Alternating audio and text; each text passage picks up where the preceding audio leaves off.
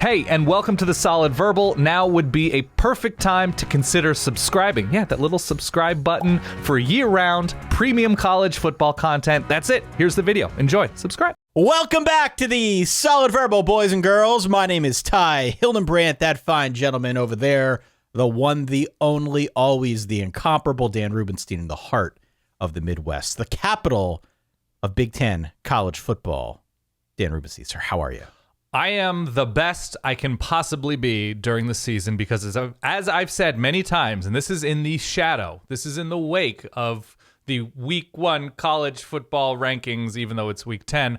Week 10 is the apex of the season. Let us cherish, let us bathe in the wonder that is knowing about everybody, what they are not, knowing we have big matchups this last month. And this is, I think you have the sound ready, this is the very start of NovemBERT, is it not? Borderline erotic. Borderline erotic. It's such a long sound. It is bookended by the turkey gobble. Yeah. It is really one of the goofiest things we've done. I've had this on the soundboard for a generation now on the show. Yeah. We only bring it out when we have to. Remember when Bert was out of coaching for a while? We couldn't use it. Yeah, he was like an analyst for the Patriots. He was just out of our universe entirely. It was awful. Couldn't use it then, but we can use it now. So yeah, big month ahead for Illinois, as we talked about on the show that we put out yesterday after the college football playoff rankings, which you can go and find either on our website at solidverbal.com or really anywhere you get your podcasts. You talked in great detail about how Illinois could be a stinker moving forward through November. They're a little stinker because they do get Michigan, I think, the week before Ohio State. And should they win the West and get a shot at Ohio State, if Ohio State beats Michigan, presumably, they could be in line to be a top 5 stinker and beat 2 top 5, I guess, at the time type teams. But it's one of those talking points, and it's across the sport that in Week 10, heading into this incredible weekend of games, let us cherish this. That's all I'm saying, is it's an incredible time for the sport, and this is the best. This is the absolute best, and I am giddy with excitement about what the future few weeks holds. Week 10 is going to be awesome. Yeah. I am excited for this. We're going to name this momentarily. Before we do, though, this show, driven by our good friends over at Geico. We thank Geico for their support. Go on out to verballers.com for bonus perks, not the least of which is being part of our community. This is something that when we started Patreon, we had no idea it would grow in the manner that it has. But the Discord community continues to be an awesome place to hang out with friends as you're watching college football on any given Saturday. You also get early access to our shows, bonus video content, play games, things of that nature. Verballers.com is where you can go. Yes. And last but certainly not least, we'll talk a little bit more about this as we go through the episode. SolidVerbalLive.com if you want to come and see us live in Atlanta a little later on in the broadcast here. Atlanta. Double N at the end. Atlanta. Excuse me. Forgive me. And never Hotlanta. Never Hotlanta. Never. That's ever. what I'm told. Never Hotlanta. Yeah. We will discuss as we go through this telecast. I don't know why I called it a telecast. No, it's good. It works. Keep going. What our concept is for the live show in Atlanta. I'm very excited about this, Dan. Yes, of course. We have a bit of a habit on this show. We started doing it more frequently. Now it's just part of what we do. We name the Saturdays. Yes. We look at the slate. We name the Saturdays. We try to give you the vibe via a nickname for the week ahead in the world of college football. It is Week 10, as you said. It's sort of the pinnacle of college football. I've got a name. You were touting your name. No. You were talking your name up as maybe one of the worst things you've ever done. That's true. So why don't we just get the bad out of the way first before I swoop in like a white knight and give you the real name for this coming week. For all of our listeners to be like, Dan's is weird. We like that one. That's right.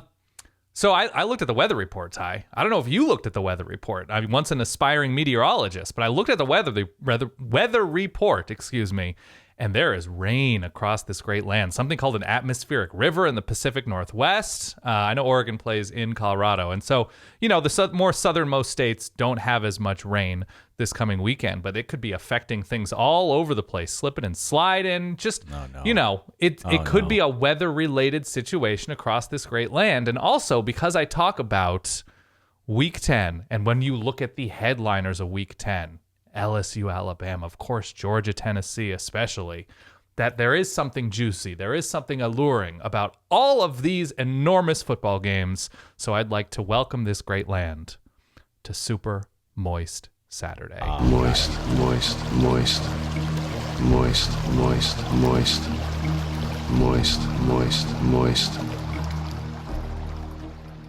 Moist is one of those uncomfortable words. One more Dan. in there for you. Thank you. And I'd like to be very specific at the same time. That was Matt LeBlanc saying moist.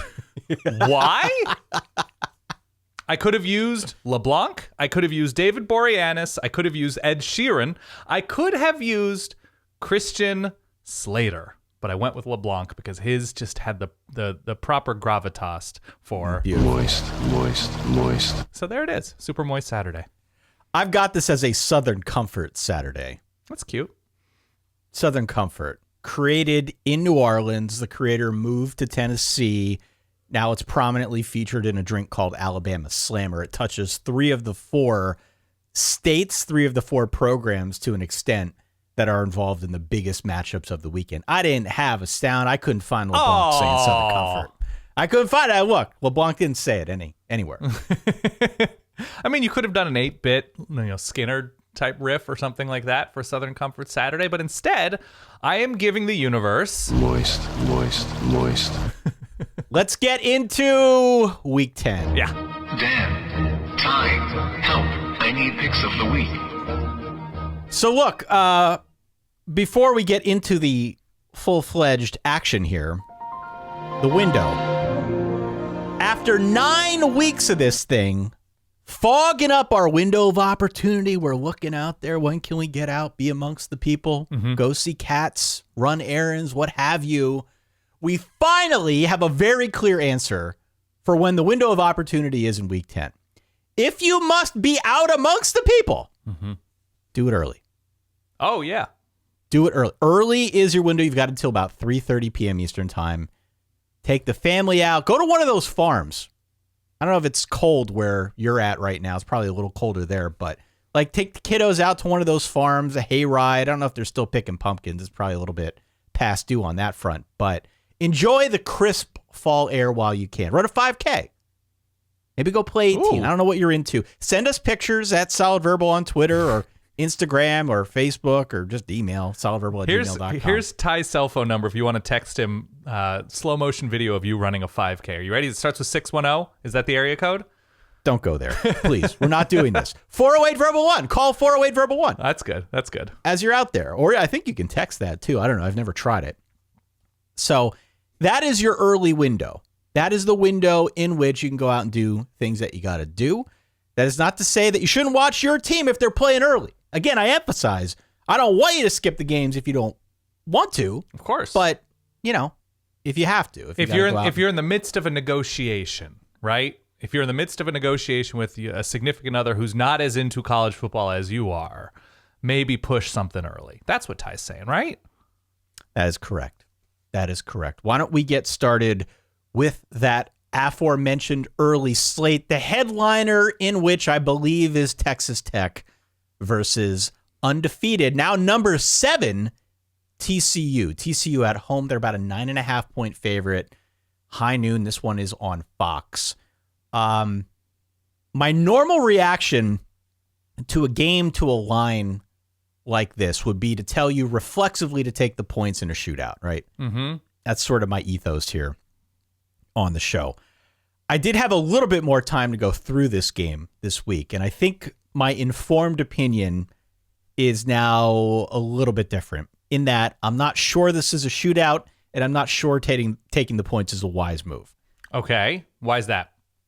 2 reasons. First off, of things that run counter to Texas Tech in this matchup, they've got a turnover margin of -7. That may not mean a lot to you without context. If you're driving in the car, -7, what does that mean? By contrast, it means they're like the worst in college football, one of the worst in college football at turning the ball over, at least in margin, from a margin standpoint. TCU, on the flip side, is top 10. TCU is +8 in the country on that front. So they're not shooting themselves in the foot by turning the ball over. Texas Tech is better, I think, than they were a year ago, but still very mistake prone. Also, Texas Tech is very susceptible to big plays, and this has been a recurring theme for any of the teams playing TCU.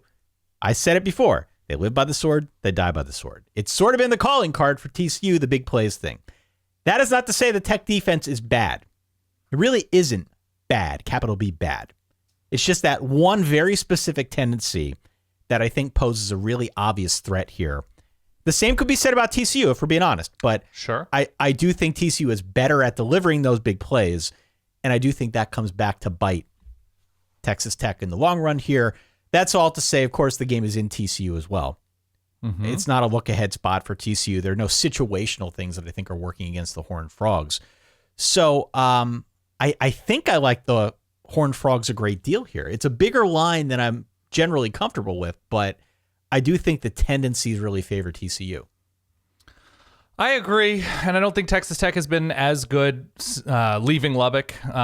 Last week gave me cause for pause, our favorite pet charity, and I'm sort of out on the turnover-prone nature of this offense and where it's been lately, but Texas Tech is also kind of a two-faced team. Week to week, they've been pretty much all over the place, and a lot of that has to do with quarterback health, and they're getting healthier, as we know. But yeah, both, Shuck and Donovan Smith and Baron Morton have all had turnover issues over the course of their careers. That's right.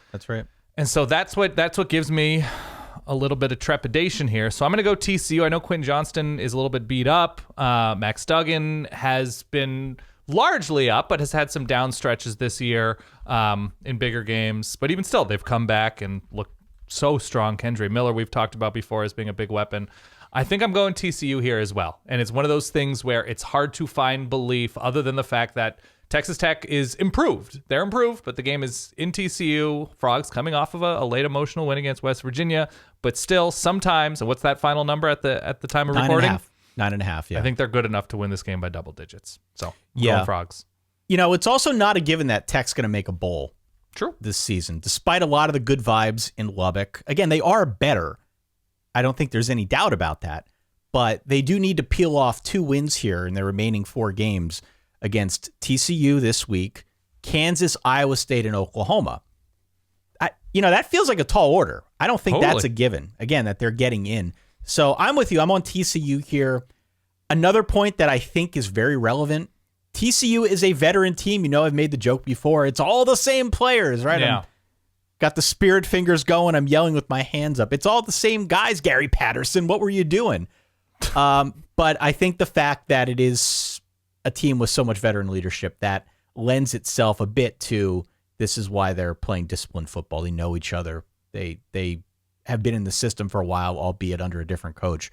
I think all of that stuff works to your advantage when you get to November. They've covered the spread 81% of the time. I don't think this is going to be an instance where that changes. I got them by 18, like 42-24, somewhere in that. Yeah, and TCU, even at down TCU, if you believe in the sort of universe controlling things from above, pulling the strings, TCU has done, even when they're down, very well against Texas Tech these last few years.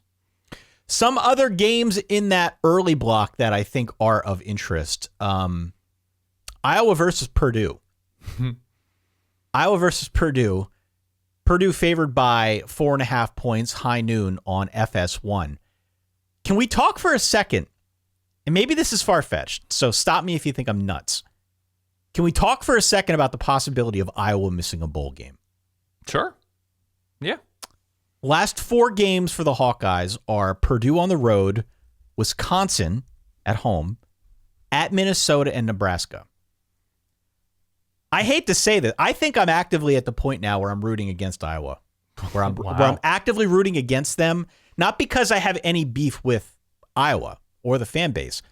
I feel like I'm doing it because I want to support the fan base, because missing a bowl game for the first time since, however long. I know their last losing season was back in 2012, but that's the kind of significant event in a program that forces change. and it just feels like something needs to change. You know, it's really frustrating to watch this week in and week out. They're 4-4 right now, but there's some decent enough teams on that remaining slate that could definitely see Iowa having some difficulty, even with a really good defense. Now, muck factor. Who do you favor?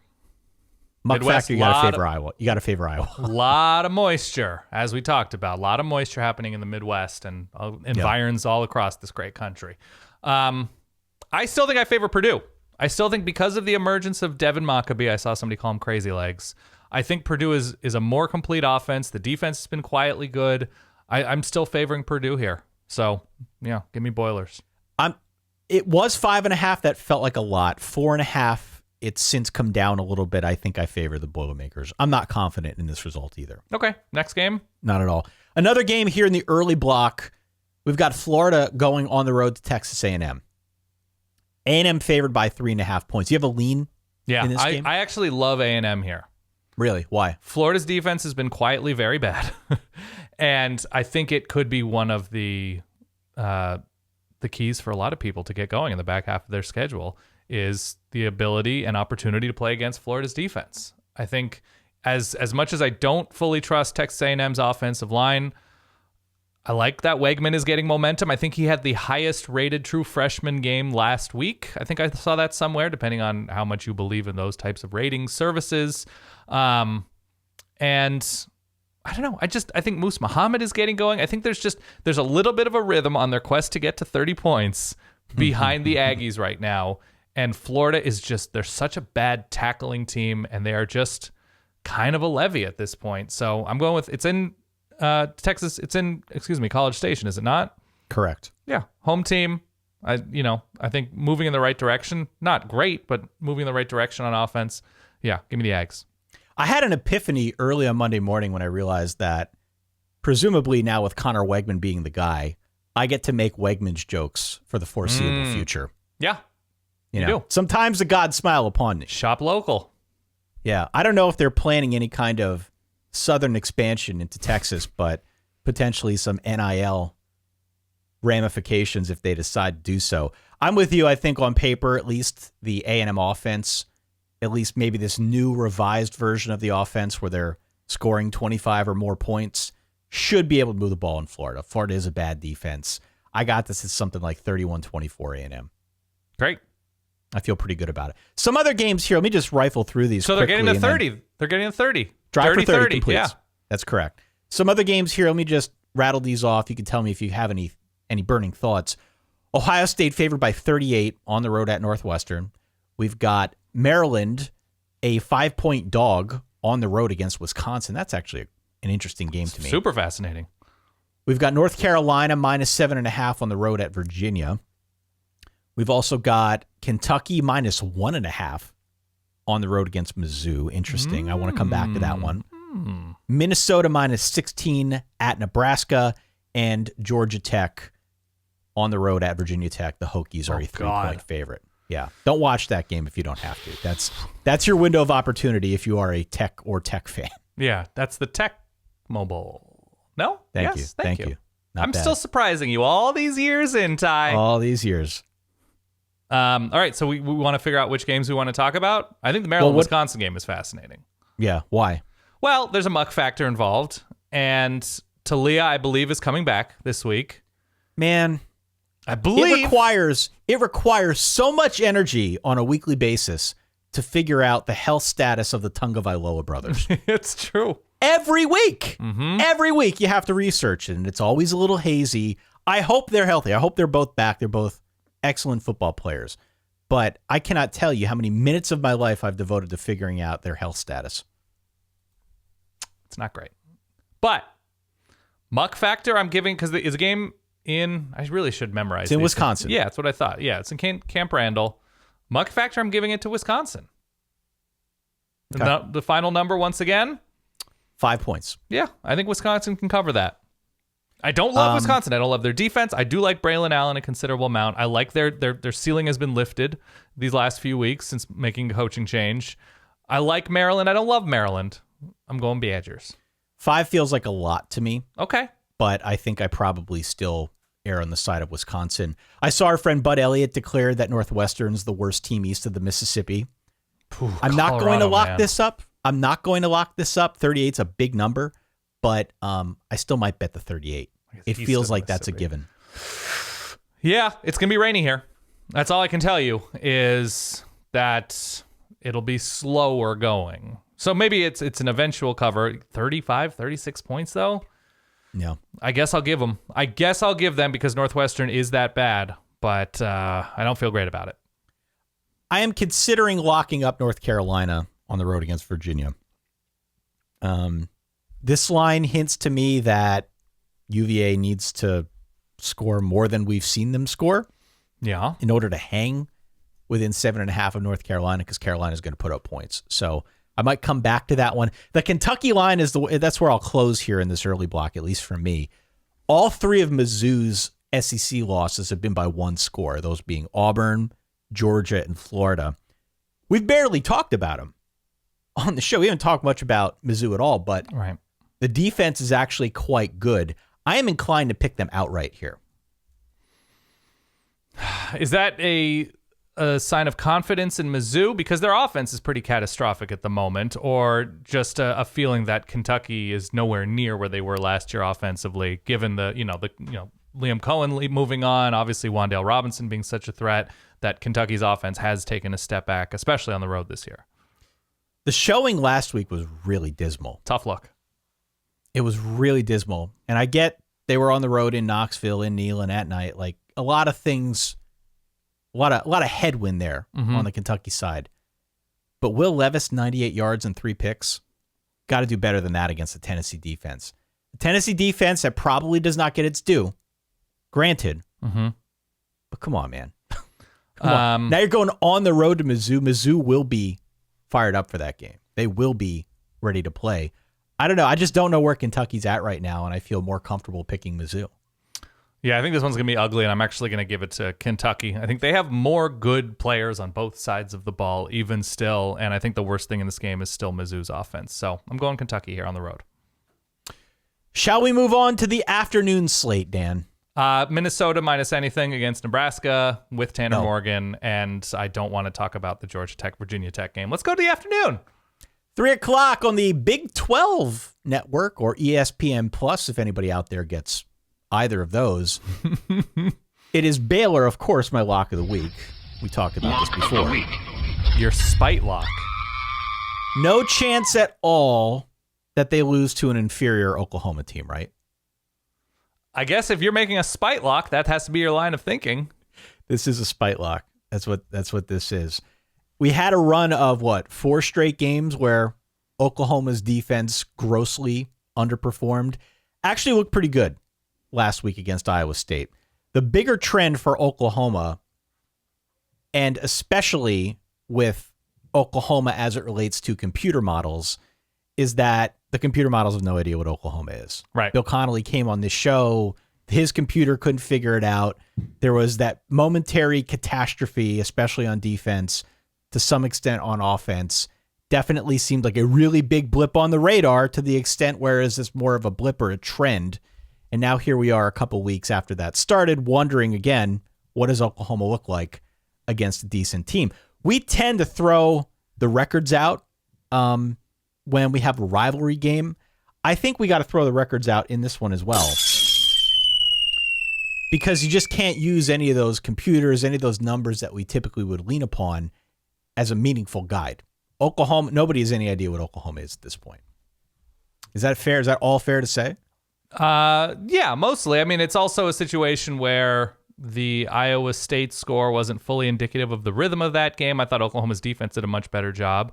But how you perform against Iowa State's offense this year is not necessarily indicative of anything, because they will spread out the misery, right? This is not a fun team to watch on offense. So it's not to say Oklahoma didn't do a good job, but everybody does a good job against Iowa State's offense. So I'm going to stick with Baylor here. I think Baylor's a more complete team. I think they have the ability to fool Dylan Gabriel. I still think Oklahoma's going to score some, but I'm not sold that Oklahoma has fully figured out and corrected everything on defense. And with Baylor's playmakers and the emergence of some of their younger offensive players, I'm going Bears here. I think they're one of the very quiet improvement stories over the course of this season.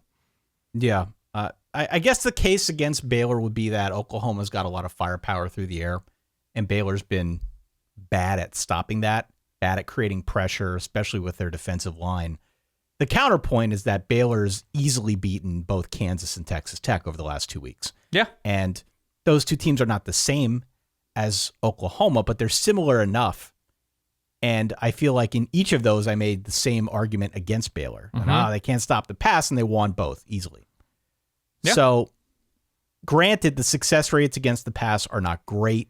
They're still getting burnt by big plays, which are always a killer. But, the game plan for Baylor should probably be to just keep doing what they're doing because they're getting by just fine. Sometimes the easiest answer is the most straightforward.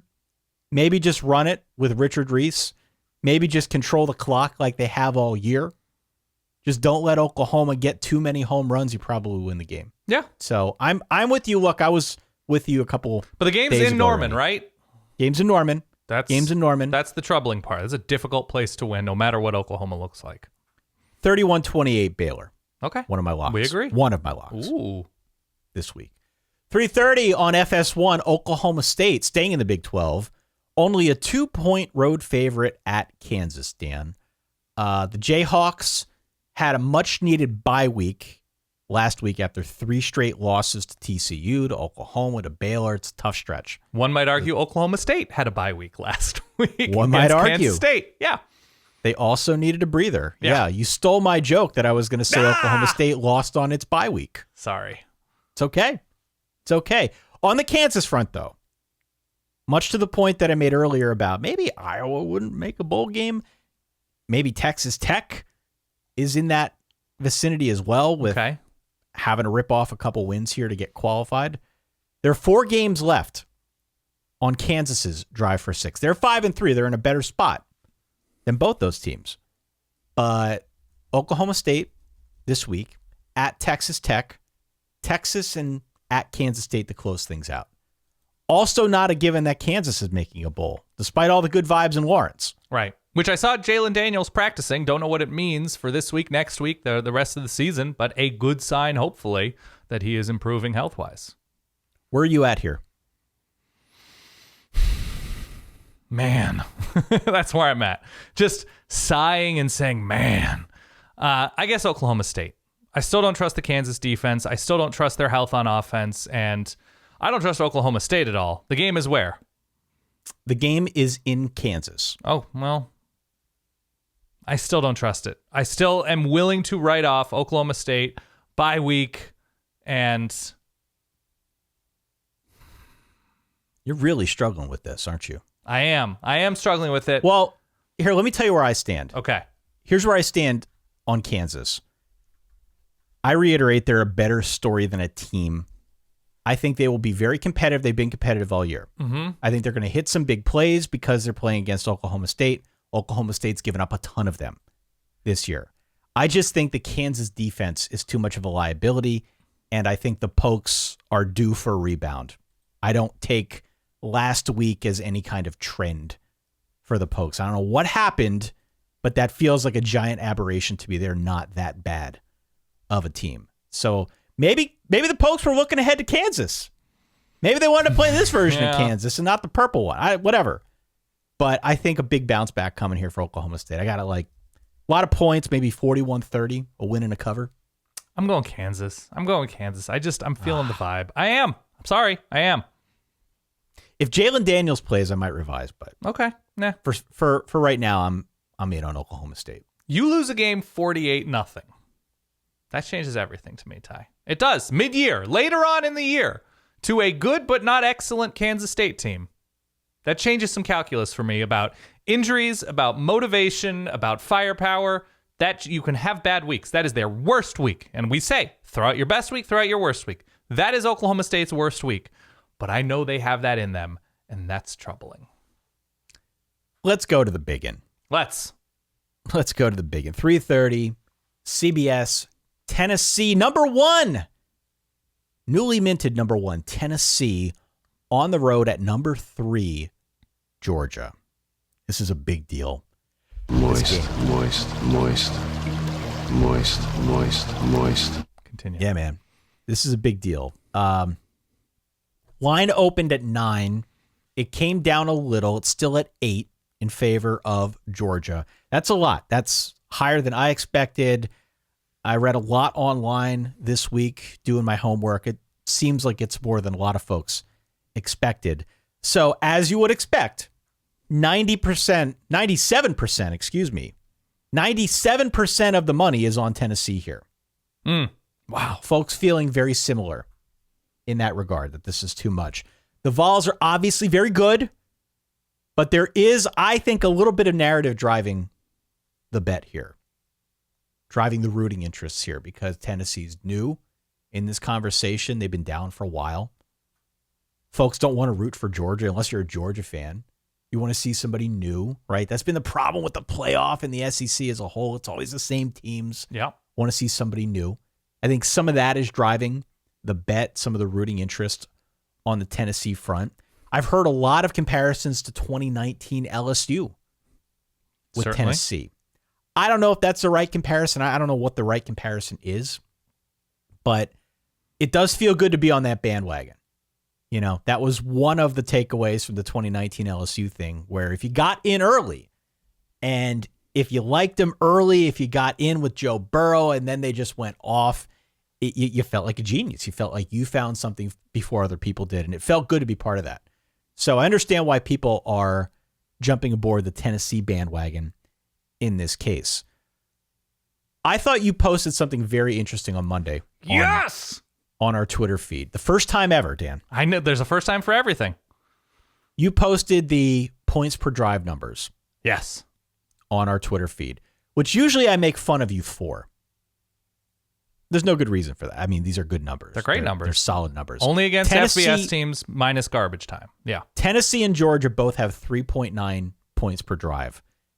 What that means for the layman out there driving in your car, it means that these offenses are almost equally efficient.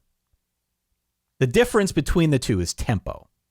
And this is something I brought up last week when I talked about the Georgia Bulldogs. Tennessee wants to run you off the field. Georgia has a slower, longer, more methodical approach to its offense. In practical terms, Tennessee is the orange Lamborghini. Georgia's like the Honda with a spoiler, right? Like, they're just very practical. They get the job done. They get Very the most practical. mileage. Yeah. And they're not going to break down.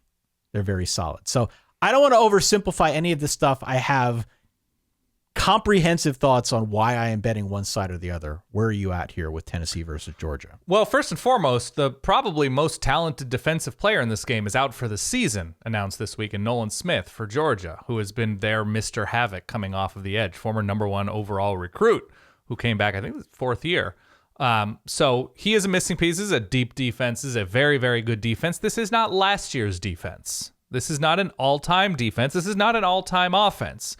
Whereas what Tennessee presents on offense is basically better than what anybody else presents doing anything this season. And so for them to be, what'd you say, 9.5 point underdogs? It opened at 9. Yeah. And it's jumped around a little bit. It's currently at 8. Okay. So somewhere above or right around a 1-possession, 8-9 point spread here. I don't know. I watched Tennessee, Alabama, and the Vols met the moment with a wobbly knuckler at the end. But that offense against what I still think is a good Alabama defense, maybe one that had some issues in the secondary that specific day. But Tennessee met the moment. It was not too big for them. It was the biggest Tennessee game in 16 years, whatever. And they met the moment once again.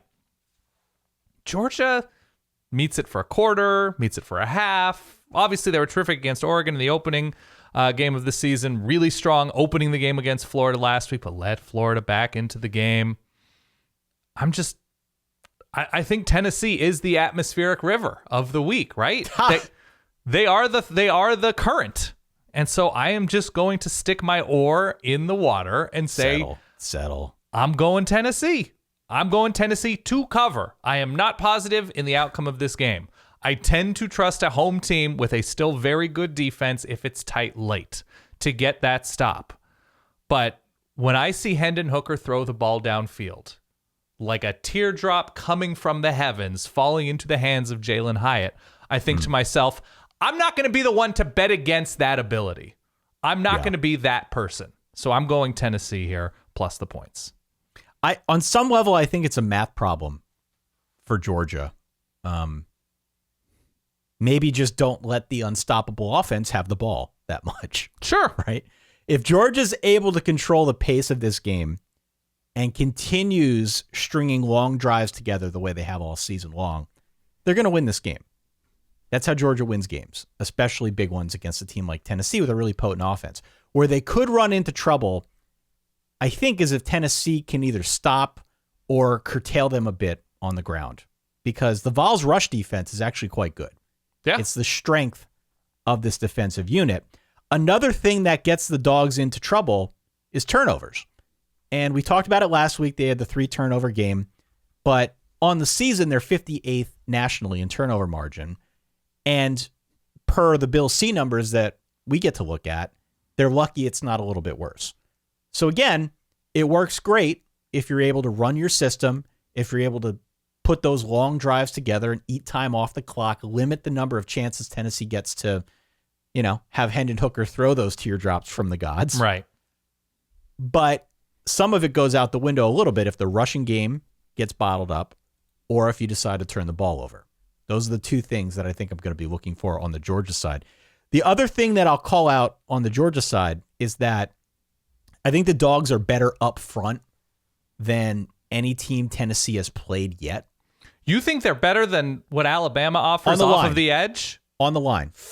I think they're better. Man, Dallas Turner, Will Anderson. I'm just talking on the line. Will Anderson, they move him around. They use him in different capacities, right? But purely along that front 3, front 4, I think I favor Georgia.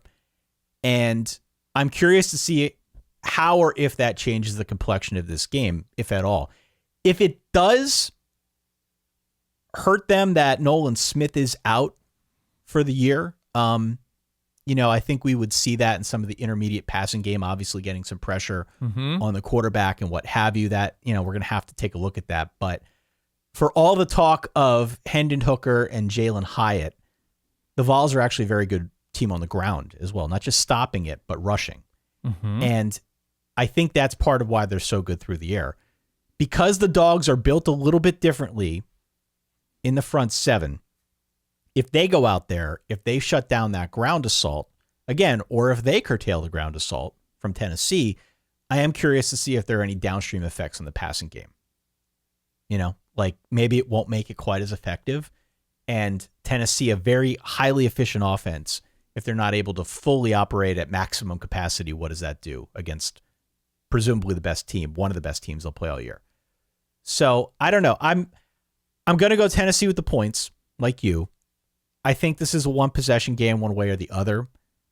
I do like Georgia to win the game outright and keep the scoring down. I got it something like 33-28. Like a lot of long Georgia drives, probably a couple turnovers, maybe comes down to a last possession for Tennessee. I expect this to be a good football game. Yeah, I think it's 38-34 somebody. Yeah, I could see it. Great game, though, right? What a great game. Oh, my God. Cannot wait. So, look, we haven't mentioned the name Brock Bowers, who's basically the entirety of the explosive passing offense, which really doesn't exist for Georgia this year. But when he gets in space, he might even be the best single player in this game. We have Hendon Hooker. We have Jalen Hyatt. We have stars all over the place. I'm a little bit worried still if Stetson Bennett does not have an A-plus defense wearing red and black. I'm a little bit worried that if he is asked to win this game, if it's clear that it's going to be a back and forth track meet by the middle of the second quarter, that is a struggle for me to get excited about Georgia's chances in this game. Yeah, no, I agree with that. I do agree with that. I think for me, the thing that I will be most interested in on both fronts is the rushing attack. Totally. Can Tennessee stop Georgia? Can Tennessee get theirs on the ground against Georgia? That to me will dictate a lot of this one, but I'm with you. I mean, there's just so much firepower on the Tennessee side on offense that 33-28, I like them to cover. All right, fair enough. Some other games in that afternoon slate. These aren't as high profile. Dan, you can listen to these and then come back to any that are of interest to you. We've got Syracuse at Pitt. Pitt favored by 3.5 at home. I'm not sure what's going on with Pitt right now, but favored by 3.5 at home. Your Oregon Ducks minus 31.5 on the road at Colorado. Will there be rain in this game? I don't think so. I think it's No dry rain. conditions, about 60 degrees and sunny in Boulder. Michigan State versus Illinois. Illinois favored by 16 now. That's such a big number, but Illinois against the spread, by the way, has been sensational, I believe. Vegas does not have a good handle on betting the Illini right now to go down the middle. I just wonder if they're beefing it up on purpose to try and get some back. Okay. Seems like a big line. I don't know. Penn State minus 14. Lock of the week. Penn State minus 14 on the road at Indiana is another one of my locks this week. Who? For whom? For Penn State. Oh. Indiana's bad. I don't know if it's going to be Drew Aller. I hope it is. James Franklin, of course, played coy when they asked him about it. And He didn't say Sean Clifford is our quarterback. He didn't say that. no, he never says anything. Okay. All he says is 1-0 mentality, 1-0 mentality, whatever that means. Right? Yeah. One game at a time, I guess, is his philosophy. I hope it's Drew Aller. I hope we see him in this game. Maybe we'll see him for a chunk of this game. Whatever it is, Indiana's pretty bad. So I'm all in on Penn State minus the 14 here. We also have UCF minus 6 on the road at Memphis. We've got Wazoo minus 5 on the road at Stanford. We've got Iowa State, a 7-point home favorite. The battle for the bottom of the Big 12 against West Virginia. And also of note, Liberty, 7-1, a very quiet 7-1 Liberty on the road at Arkansas. Arkansas favored by about 2 touchdowns. Any of those games ring a bell for you? Yeah, they ring a bell in that I know that they're happening. I don't know. I'm confused about the Penn State Indiana game. I'm not confused. I'm a little bit worried that Ohio State beat Penn State twice, and that Penn State was in it so late, and the way that game got out of hand, in the way that it did late, that Ohio State will beat Penn State twice and have Penn State either lose to Indiana, which is probably not happening, but in bad weather, and it's ugly, and we've had that recent history of a not great Indiana team putting a pretty big scare into Penn State. I'm not sold on Penn State easily covering that game. I know Indiana's lost 4 or 5 straight, and they're kind of an elite loser at times, but they've hung with a couple of teams this year. I'm not sold in the way that you are in that lock territory. Okay. Otherwise, yeah, UCF Memphis should be really good. UCF coming off of a very emotional win against Cincinnati. I think I'm on Memphis there. I could see letdown city for UCF after beating Cincinnati. UCF plays really good defense, and they're really good against the run. Mm-hmm. So this is probably a better team than you might think, because a lot of people don't pay attention to Group of 5. That's their loss. But UCF favored by 6 on the road after a big win. I probably go Memphis plus the points. Liberty, Arkansas, I probably won't watch a ton of, but I like Arkansas's momentum, especially on offense and the ability to run the ball lately. Wazoo over Stanford, I feel pretty good about. They've owned that matchup these last few years, as most people have owned against Stanford these last few years. Do I think West Virginia, now without C.J. Donaldson, can go to Ames, a winless Iowa State home, and win that game? No! I do not. I do not. I think Iowa State finally gets in the win column. So I'm going clones there. And yeah, I guess Memphis in a letdown spot for UCF is an interesting play, but I just am not in love with Memphis this year. So yeah, that's my feel on that. Oregon covering against Colorado is something I also feel good about.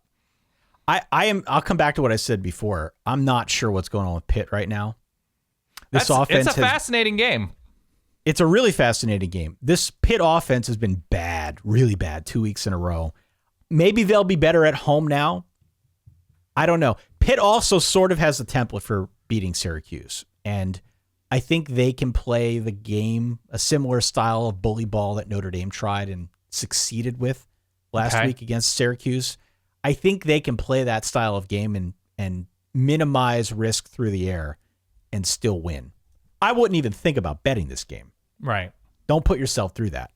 But I do think Pitt wins. One other one that I did want to come back to here for a second, that West Virginia game. I'm with you. I think I like Iowa State to win, but I kept thinking of the end of 7 when Morgan Freeman tells Brad Pitt, "What's in the box?" Just be ready for anything. If the head splits open, like, be ready for anything in this football game. I would not give this 7. I won't bet this game. I would not give this 7. I have no idea what to expect here. I'm really going Cuse. I think I'm going Cuse, by the way. I don't love Pitt right now. I just think they're another Levy team that, when things don't start going their way, I think they should be able to run some against the Syracuse front, but Pitt doesn't seem trustworthy to me. So they're not. No, they're I'm going Cuse. definitely not. Even beat up at quarterback, I'm going Cuse. Okay, fair enough. Let's go to the late games. The late window is awesome, by the way, this week. 7 p.m. ESPN, Alabama 7-1, a 13.5 point favorite on the road at night in Death Valley against your 6-2 LSU Tigers. And number 10 LSU Tigers. Did you see that? I did see that. Crazy, man. Mm-hmm. Crazy. Getting a lot of love from the playoff committee. This is a big game. Look, LSU has slowly climbed that ladder over the last month or so. It's taken a minute for Jaden Daniels to set in, to feel like he's won with the offense, I guess, but it does feel like there is real momentum on that LSU side. This is a challenge as well for Alabama. Look, we didn't see it maybe at the beginning of the year. We didn't know what to expect from LSU, but being so, Alabama's shown vulnerability. They've got a loss. They're going up against a team that seems to be trending in a good direction. This seems like a real challenge to me. So I am intrigued by this game. This will be my volume game, even though Notre Dame's got the big one against Clemson at home. The Bama LSU game's got to be the volume game for me. It just has to be, because I just think I'm so excited about this game. Do you have a lean here? This is a big point spread. Yeah, it's a huge spread. I'm actually almost leaning into it because it's so surprisingly robust. Really? I'm leaning into it. I am impressed by what LSU has done at times. I don't know if I fully trust this line. I don't fully trust that line against this matchup. I think what Alabama was against Tennessee is not who Alabama is as a program right now. I think they have improved. I don't love the Alabama offense. I don't like either offensive line in this game. But in terms of home run ability, I'm still in on Alabama. I'm still in on an increasingly healthy Bryce Young, an ability to win in multiple ways, and the Tennessee result still scares me. I think Ole Miss may have been a touch overrated as a complete team when they played against LSU, and I think Alabama is just going to be a more pronounced version of what Ole Miss was against A&M. All these teams that are just going to go straight at LSU. I think I'm still in on Alabama by a couple touchdowns here and barely covering this spread. I hate the pick, but there is something that I don't fully trust about Brian Kelly. That Tennessee result scares me, Ty. That we talk about having something in them, the way that Oklahoma State had losing a game 48-0 to Kansas State.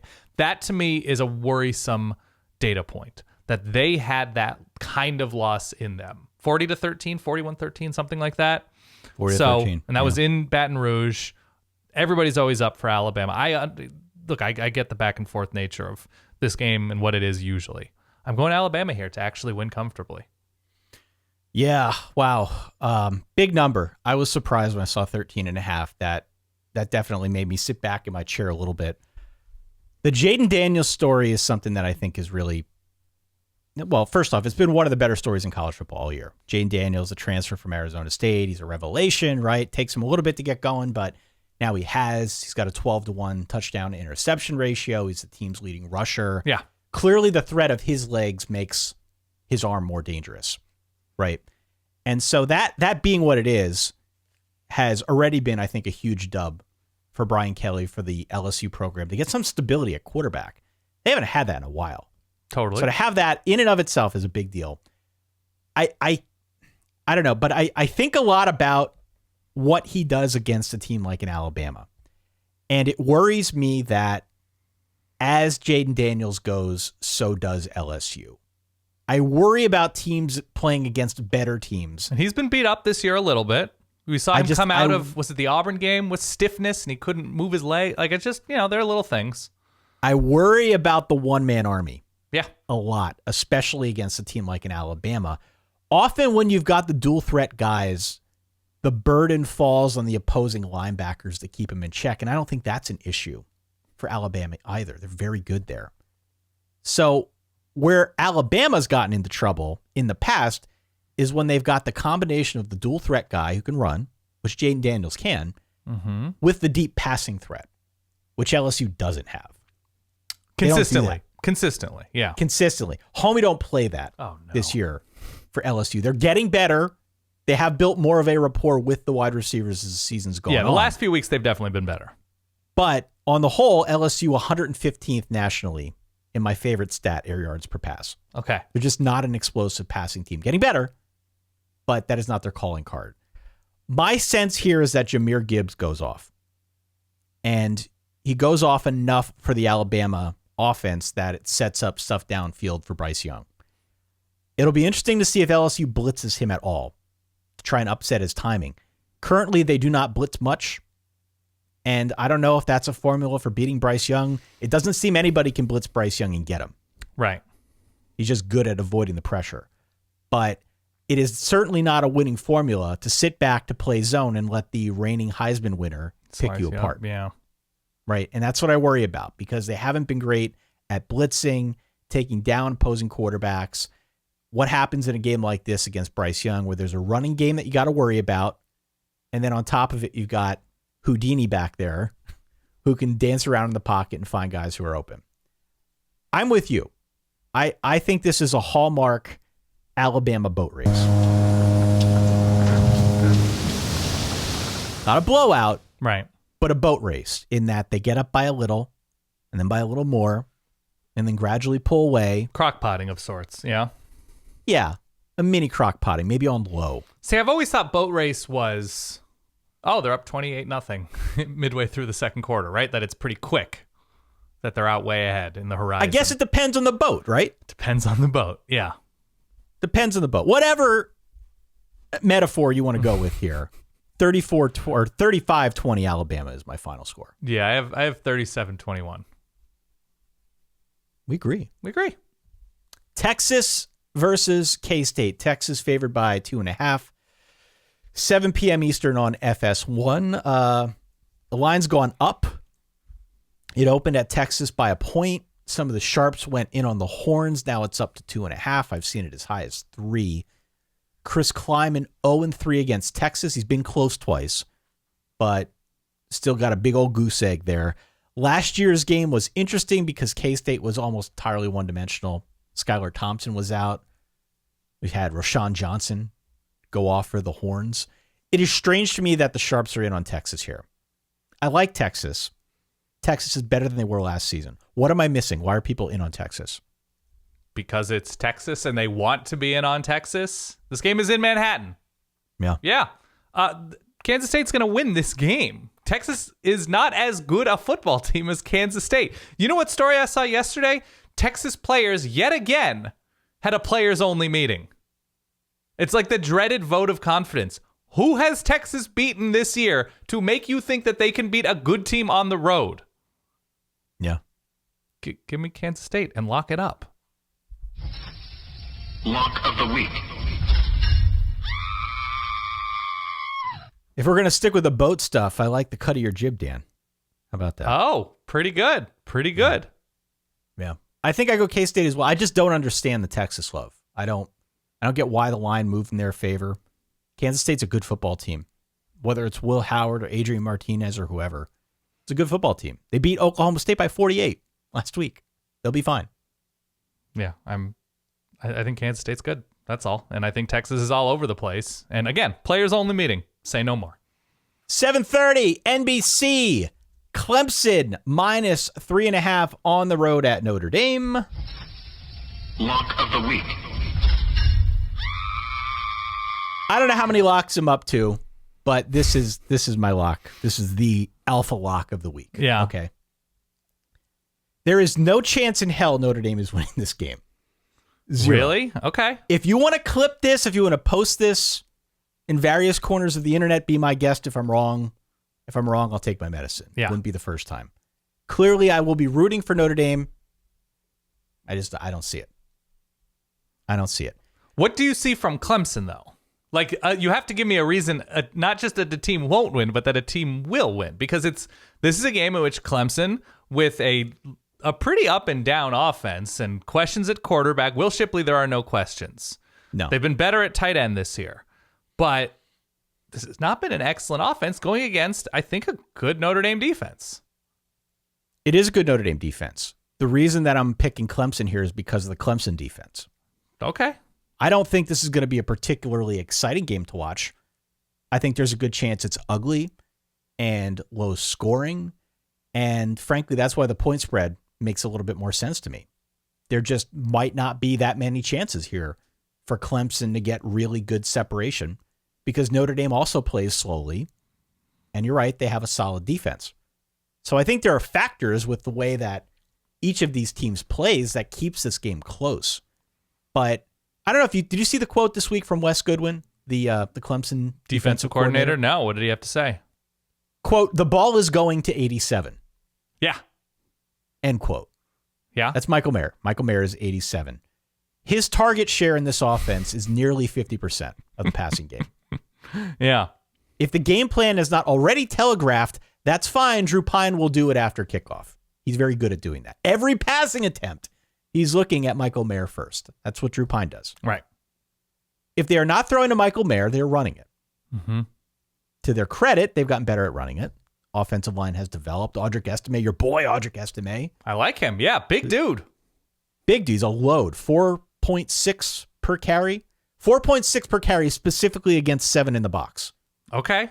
Good by me. Which is good. Would take it. Which is good because they know it's coming. They know it's coming because Drew Pine's playing quarterback. But that's it. That's it. This Clemson defense has to stop 2 things.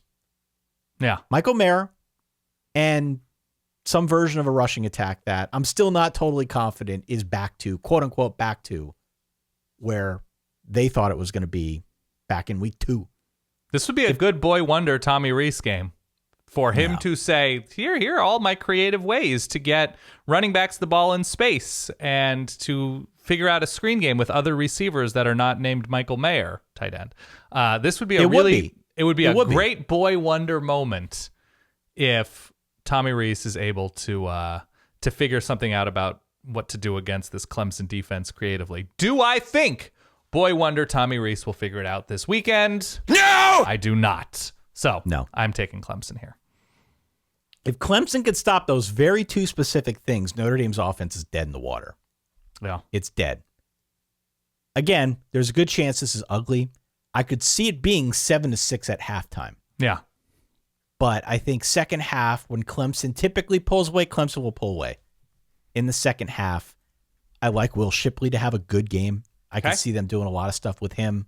He's obviously very versatile. He's bigger than you might think. He can run between the tackles. They can get him the ball in space, swing passes, things like that. They will also utilize DJU if he is still the quarterback, or whoever their quarterback is. They will utilize him in the rushing attack as well. I have Clemson pulling away comfortably, winning 27-13.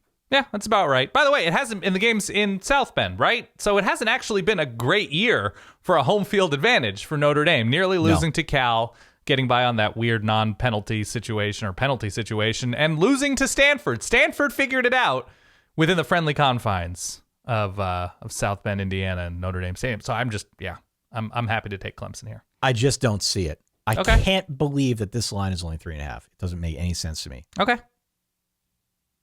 One final game here that I want to highlight, and then again, I'll list off some other games in the window. If there are any, you can jump out and stop me. 8 p.m. ACC Network, Wake Forest at 6-2, NC State also at 6-2. Wake is favored by 4.5 points. This is a fascinating game. A little bit disappointing, right? But I think fascinating in that we've got 2 teams that have a lot of promise for different reasons. Both have sort of underperformed. I think we expected preseason that they would both be in a different place than they currently are. But we had the Wake thing with them barely losing to Clemson and the tire fire at Louisville. Whoa. We've got NC State down Devin Leary. They lost to both Clemson and Cuse on the road. Promising third stringer, though. Promising third stringer. Was MJ Morris, yeah. Promising third stringer. And I think that's part of why this game is so entertaining to me. There's a lot of entertainment value here. MJ Morris was named QB1. Great. After last week, he led NC State back after they were down late against Virginia Tech. He's a 4-star true freshman. He's a guy who, at least in one game, looked like he could work the ball down the field. And if NC State can do that, it changes the way I would view this game otherwise. NC State's been bad at that. They've had no explosion this year at all. That's been a real issue for them. And I just worry in a game like this where they're not getting any explosion, they're not scoring any points, like you're just not going to beat Wake Forest if you're scoring 24 points. You got to put up some points if you want to beat these guys. I still go Wake here because I think I trust Sam Hartman and Wake more than I trust NC State with a new quarterback who looks promising, but we have a very limited sample size. I think Wake bounces back after their 8 turnovers. Yeah. 8 turnovers? Yeah. From a week ago. And they get the dub here. So I hate that pick for you, by the way, but whatever. It's your I'm rooting like hell for Wake Forest. I'm rooting like hell for MJ Morris, even though I'm picking Wake Forest. I want MJ Morris to be the next big thing so that Devin Leary takes his talents to South Bend next season. That's what I'm rooting for. I don't know if a quarterback for NC State right now, as the coaching staff is currently constituted, can be considered the next big thing, because you have to do big things in order to be a big thing. And I just think it's more difficult in Raleigh. I'm going NC State here. I'm going to stick to one of the Altar of Dan's central tenets, which is a good to really good defense at home as a dog. Sure, give me that team. Happy to take it. Happy to take those points. Florida State, Miami. Yeah, here we go. Florida State -7.5 at Miami. Yeah. Florida State. Do we still throw out the records? Please, of course. Throw them out. Why in the world would you bet Miami here? What is TVD's status? He's gotten better with time, I suppose, in this system. What's his health status? That's the question to me. That it's being evaluated, I'm sure, a game time decision. I'm going Florida State here. I'm going Florida State here because they have the ability to score more points more often right now. This Miami offense is broken no matter who the quarterback is. Even if it's TVD and even if he's fine, I still do not trust Miami to score 24, 27, 28 points against an okay Florida State team, which I think the defense can be scary at times. I'm going Florida State here to cover. Also at night, we've got BYU at Boise. Boise favored by 8 points here. I didn't realize this until I looked. BYU was 0 for October. Yes. BYU might be 1-2-3 Cancun. Very quietly, Dunzo. I think Meanwhile, Boise State wins this game by 20 points. Yeah, Boise's won their last 4 games. Yeah. They've gotten it together, playing pretty good defense. Yeah. So, yeah, I think I'm with you. 7:30. Here we go. Here's a weirdly exciting game. James Madison versus Louisville. Yeah. I don't know the status of Centeio for James Madison. He might be a game time decision. So that worries me, because if he's not playing, Louisville should comfortably win. The line is 7.5 in favor of the Cardinals. James Madison is like the second most efficient defense in the country. Mm-hmm. Not the second best. I'm not saying they're the second best, but just through that lens of efficiency, they're very, very strong, especially against the run. I think it'd be foolish to overlook them, but I just really believe Louisville is undervalued right now. So I'll go Louisville minus anything. So Louisville comfortably beat Virginia, comfortably beat Pitt, and of course comfortably beat Wake on the back of all of those turnovers. I think Louisville comfortably beats JMU without the Duke's starting quarterback. But that said, if he plays, I think I'd be closer to taking the points in a letdown spot for Louisville, but I still think Louisville wins this game. 7:30 Big Ten Network. Michigan -26 on the road against Rutgers. This is a game last year. Remember, Michigan won 20-13. Didn't score in the second half. Yeah, 20-13 at home, mind you. I do expect there will be a little bit of an extra impetus now that they are 5th, that they have a reason to try and run it up as best they can. I think the only reason Michigan doesn't cover is because they play slowly and they run it a million times, and Rutgers doesn't give up big plays in the ground. It could just be a bunch of 12 play drives that keeps the scoring down, but 26 doesn't feel like enough. So I think I go Michigan minus whatever. I think I agree with you. 7:30, Auburn. Auburn without a coach. And they might get that bump in the way that a lot of teams who fight, ASU and Charlotte and Georgia Tech have gotten And the some bumps. Phillies, don't forget the Phillies in the World Series right now. The Phillies in the World Series, sure. Auburn, a 13-point dog on the road at Mississippi State. Who you got? I guess Mississippi State. I guess. Gotta go Mississippi State. Yeah. Gotta go Mississippi State. All right, final 4 games here that I'll throw out in that, again, late block. We've got Arizona. Arizona on the road at Utah. Utah favored by 17.5. We've got at 7:30, South Carolina, 7-point favorite on the road at Vandy. We've got UCLA favored by 10.5 on the road at ASU. That's at 9:30. ASU's numbers, by the way, against the run are a hot mess, so don't bet on ASU there. And last but certainly not least, 10:30 ESPN. It's Cal. It is USC. The Trojans favored by 21.5 points. I like USC comfortably. I like UCLA comfortably, even on the road with a double-digit line. Vanderbilt is an interesting play to me. You pointed out something fascinating, that they've basically been on the road all season long. It's week 10. They've played only 3 home games so far this season. It's incredible. This is a DSB for the Doors, Ty, is it not? A de facto Super Bowl? I mean, you look at the rest of the Doors' schedule. I'm just telling you right now, South Carolina has struggled to throw the ball. They looked woeful against Mizzou on offense, did they not? They did, really bad. I'm just saying, right here, if we are to believe Vandy believes under Clark Lee and plays with more fire than they have lately, turning to some younger players, they've been good up front, stopping the run at times. I think it's an especially nice matchup to have a defense that plays with some guts in a de facto Super Bowl. I like me the Doors here, Ty. I'm gonna plant my flag. Gonna rename them to Danderbilt if they win. Danderbilt, Dandy. Right. Very quickly, some Thursday night, Friday night action just to call out. App State Coastal. Ooh, huge. Thursday evening for those listening to this show. Thursday, App State favored by 1.5. Should be a really good game. I think they beat them. I think they beat Coastal. I think they're able to run on them. And they've got a better defense too. So I'm going to go App State. 10:30. We've got Oregon State on the road at Washington. Another interesting matchup. I think I go Washington at home. Don't do that. Minus 3.5. I'm going to go Huskies at home. I like Oregon State here. And finally, Friday night, it's Duke minus 9.5 against Boston College. Mind you, BC just lost to UConn 13-3. If memory serves, they scored 3 on UConn. And Jeff Hafley got a vote of confidence. Got a vote of confidence. Yeah. So probably not premature to chalk this one up as Duke's 6th win to get bowl eligible. I think that's probably right. Yeah. That is all I have, Dan. That's it. That's it. We had a couple results already. Ohio beat Buffalo in an impressive MAC showing, 45-24. Ball State took down Kent State. Tuesday night MACtion, mind you. Tuesday night MACtion. Did you see the fumble? I did not. What happened? There was a fumble in this game. We tweeted it out. There was a fumble in this game where sort of a mysterious squirt through situation where the running back made it through. He's running. Moist. Okay. Yeah, thank you.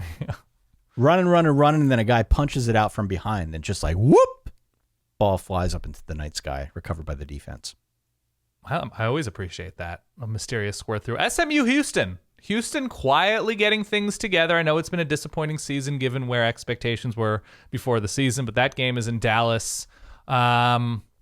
Elsewhere, I saw something else in the mountain. Like Fresno State's hosting Hawaii. They should get themselves closer. 3-1 in the Mountain West. San Jose State very quietly succeeding once again. They can get bowl eligible against a very bad Colorado State team, and I expect them to do so. I mentioned the Rice game. Georgia Southern trying to get bowl eligible. They've got a good South Alabama team, the Jags. That game is at Georgia Southern in Paulson Stadium, Ty. How about that? North Texas can get bowl eligible. Troy is already bowl eligible, have an interesting matchup on the road against Louisiana, who they've gotten better, but Troy is favored in that matchup. Navy, Cincinnati. I don't think Navy's all that good since he's already bowl eligible. You mentioned Arkansas Liberty. UAB, UTSA. UAB, yeah. game is in Birmingham. Utah State just lost their athletic director mid-year. They're hosting New Mexico. They should win that game. That's me going out on a limb. You mentioned Memphis UCF as a really strong game.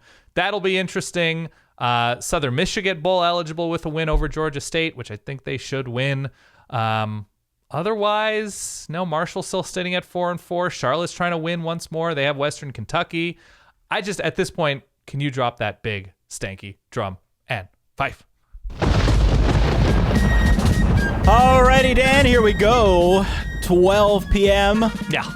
Eastern time. It is Lehigh at 1-7 at Holy Cross 8-0. Dan. Letdown spot, Ty. Do the Engineers have it in them?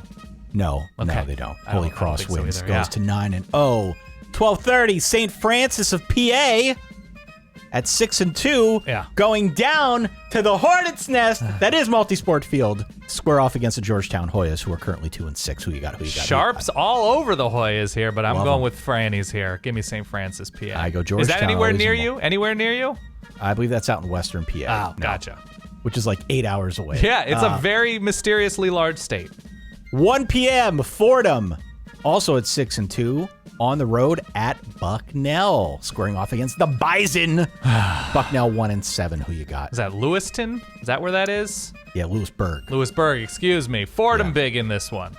I'm Fordham. I hope they Fordham. figure out how to find the stadium better than I did. And last but not least, we've got your Lafayette. I almost said Yetis. The Leopards.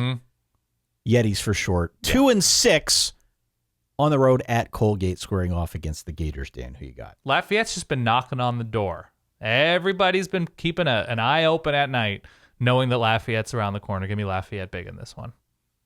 If you must be out there on the go during one of our unsanctioned windows of opportunity, would urge you to check out our good friends over at the College Football Blitz. It is the NFL red zone for college football. You can hear the scoring as it happens, as called by hometown radio announcers, courtesy of our good friends over at Learfield. You get 56 minutes of hometown play-by-play per hour, only 3 minutes of commercial breaks per hour. Okay. So just a lot of, no wasted effort there. No wasted effort, no wasted calories on your radio. You get everything that you're looking for and much, much more. 12 hours of coverage. Damn. Starting on Saturday at noon, running all the way through until 12 midnight Eastern time. Available for free on the Varsity Network app or on ESPNU Radio Channel 84 on Sirius XM. Hosted by our friend Stephen Hartzell, Dan. It's the best recommendation I think we've ever made. Hope everybody enjoys week 10. If you have yet to do so, please hit subscribe. Please tell your friends about the Solid Verbal. We would appreciate any support you're able to give. If you really like the vibe, verballers.com, verballers.com. That is our Patreon. That is the next best way you can support the show if you want to help Dan and I out. Also, if you want to get access to our growing community, which again, I emphasize is the coolest place that you can be online. Agree. As you are watching college football on any given Saturday. It's a great time. Our Discord is good people. Always great discussion going on. I can't take part in it as much as I would like because we're trying to watch the games and talk to each other and plan a show. But every time we have the opportunity to go in there, it's a real privilege. Excuse me. These are good people. Totally agree. Verballers.com. I have 3 exceptions, but I won't name them right now. And last but not least, solidverballive.com. Ooh. I teased it at the top. Our next show is a month from now in Atlanta at Terminal West. SolidVerbalLive.com is where you can go to buy tickets. We are doing the show on the same night as the Pac-12 championship game.